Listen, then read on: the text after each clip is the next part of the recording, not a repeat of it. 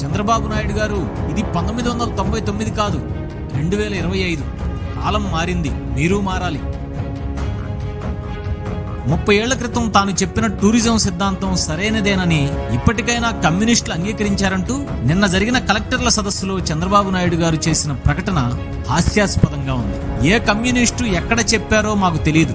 ఆంధ్రప్రదేశ్లో కమ్యూనిస్టు ప్రతినిధులుగా ఉన్న సిపిఐఎం కు సంబంధించినంత వరకు 1999లో చంద్రబాబు నాయుడు గారు విజన్ 2020 పేరుతో కమ్యూనిజానికి కాలం చెల్లిందని, టూరిజం మిగిలిందని చెప్పిన సిద్ధాంతాన్ని ఇప్పటికీ వ్యతిరేకిస్తుంది. నాడు సిపిఐఎం ఆత్మవిశ్వాసంతో చెప్పిన మాట నేడు మరింత వాస్తవ రూపం దాలుస్తున్నది. కమ్యూనిజానిదే భవిష్యత్ అని పరిణామాలు రుజువు చేస్తున్నాయి.